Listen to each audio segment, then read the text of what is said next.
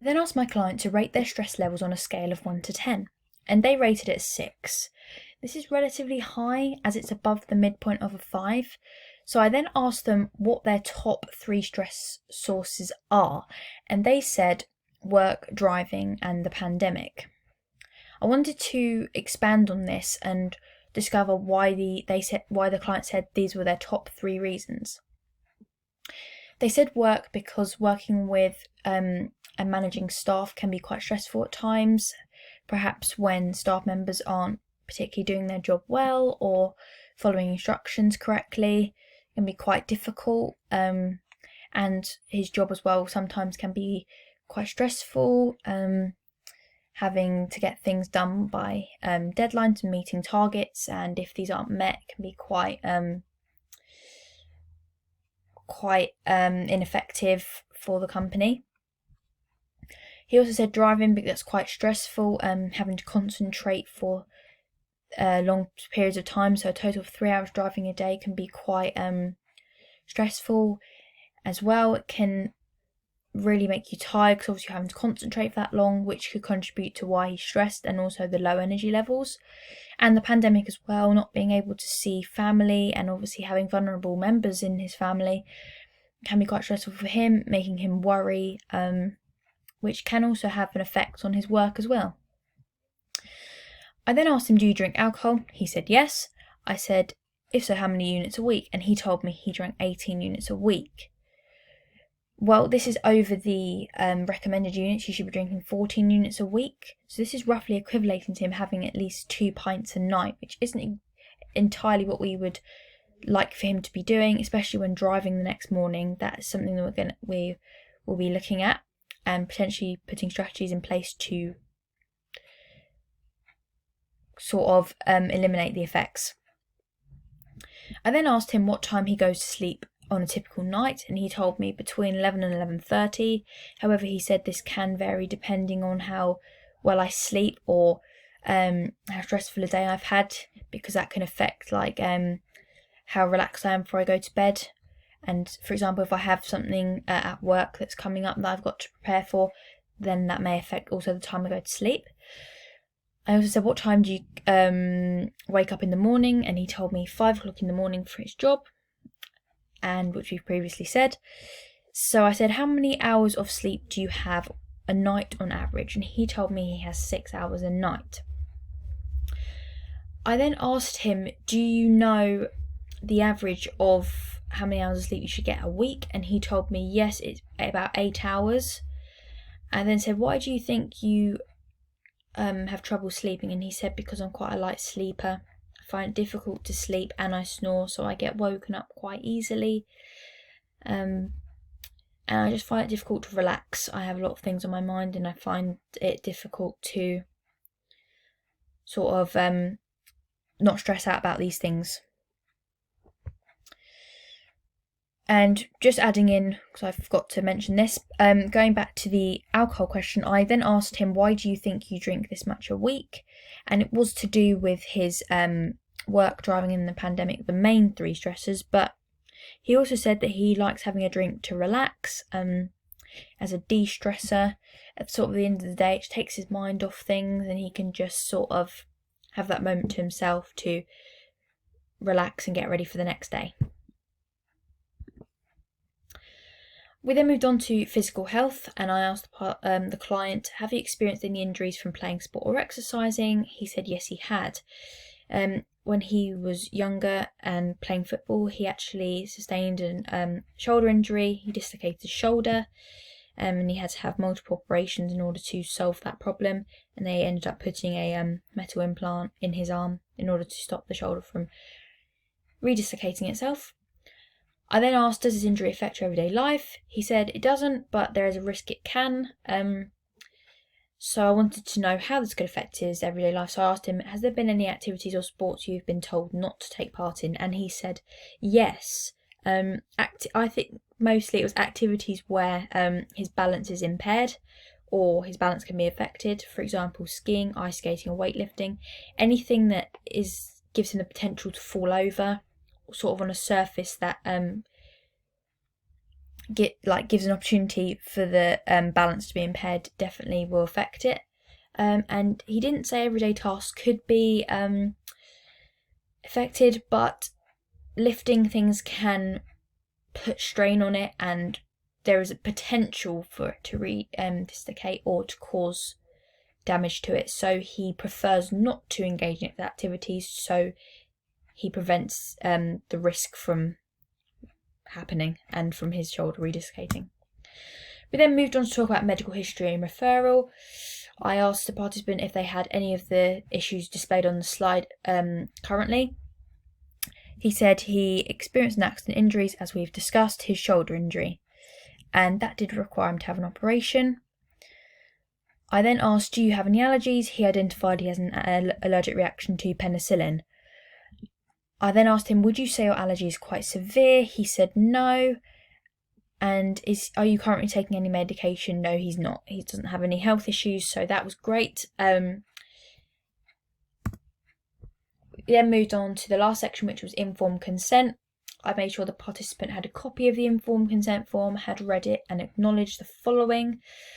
Made sure they were aware they were consenting to their results being kept private, and if the results of the questionnaire and the test, they need to be referred to a doctor or specialist, then they would agree so, and for me to administer the health screening tests on them, which would require measuring around their waist, their hip, their weight, their height, their heart rate, and their blood pressure. And they consented to all of those. They read all the points, which I reiterated by reading it to them, and they signed and dated at the bottom. So now we're going to be moving on to the results of the health screening tests, and firstly we have the resting heart rate. As shown on the screen, we can see that the client's resting heart rate result was 80 beats per minute. Now if we compare this to the normative data table that we have in the bottom right hand corner, this shows that for a male of his age, which is 56, that with the 80 beats per minute he produced, that he would actually be in the below average category. And this is obviously not where he should be for his age. He should actually be producing a resting heart rate of between 72 and 75 beats per minute of a male of his age.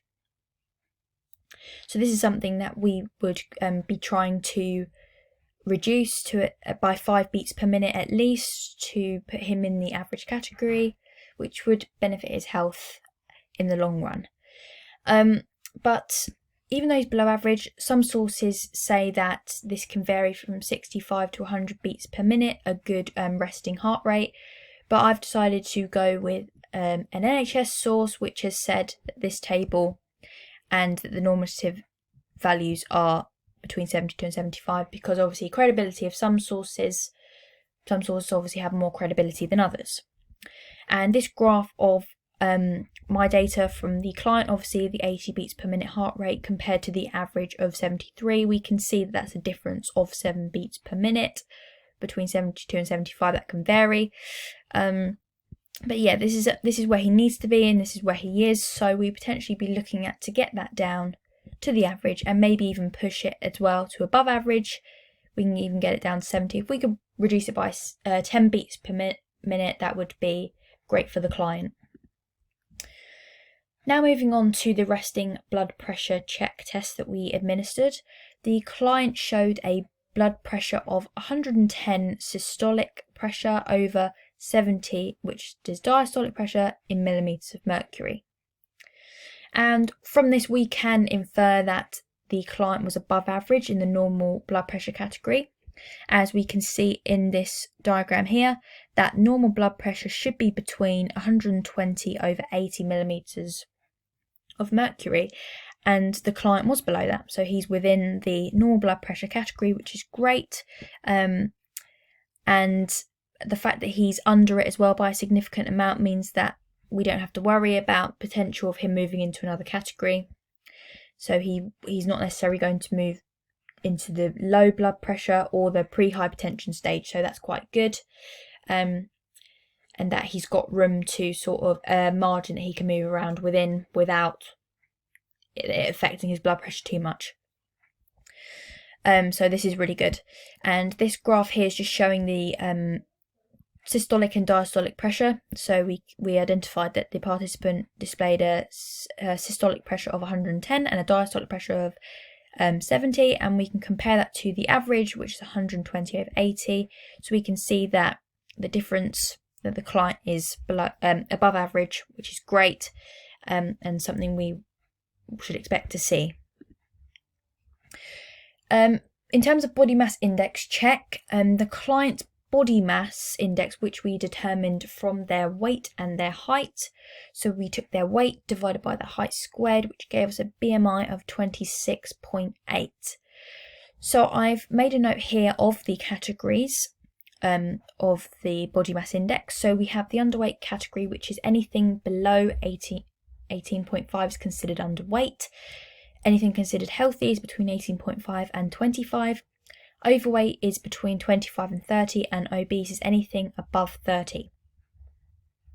However, this test doesn't take into account muscle, and it only takes into account your height and your weight, which are two variables that can significantly affect it, as some people's height and their weight, it affects sort of the final result, because someone who's quite small may have a different body structure, so that they may have more body fat, and someone who's who's taller may have a more equal distribution. So it doesn't really it's not really an accurate representation of body mass index, but it's still a good test to use to determine if a person needs to make changes to their lifestyle.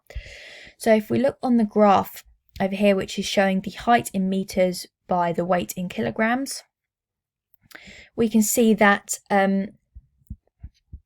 so the client's weight was 85.1 and their height was 160. So they were in actually the overweight category.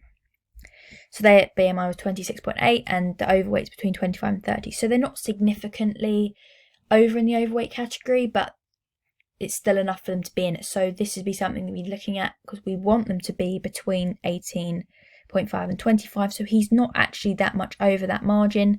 That might be something we would look at, just getting that down. But as we said, the height and weight, there are other factors that can actually affect this. And this graph, the BMI result graph, is showing the client's BMI, as we said, 26.8, compared to the different categories. So we have the underweight, and this just shows a visual representation of what I've explained, and how the client's body mass index compares to these categories. And you can see that it's within the overweight category. So we'd ideally want them to be in the healthy category. So this is something that potentially we're going to implement strategies and put in place to work on the physical activity levels, potentially to decrease the weight. And lastly, we're going to look at the waist hip ratio check test. And obviously I've got the picture here of me administrating the measuring the waist and the hip. His waist hip ratio was 1.41. We took his hip measurement of 96 centimeters and divided that by his waist measurement of 68 centimeters. Similarly with this one, I've got the results evaluation. So underweight is anything between that, and let's ignore that. The waist to hip circumference ratio, anything between, we can see that the client is actually, for his age group, and he's a male, so he's within the 50 to 59 category, that he is actually in the very high category of disease risk related to obesity. So this is giving him a high chance of developing diseases like diabetes and certain like heart disease and lung disease, things like that. So this is something that we definitely be looking to change, as we need to get it down to between 0.90 and 0.96, definitely in that category, to decrease the waist hip ratio. However, obviously this can depend on some people's body structure and sort of how they're made up. And this graph is just illustrating that point, that this is where he needs to be the average, and this is where actually he is, 1.41, and the average is 0.8.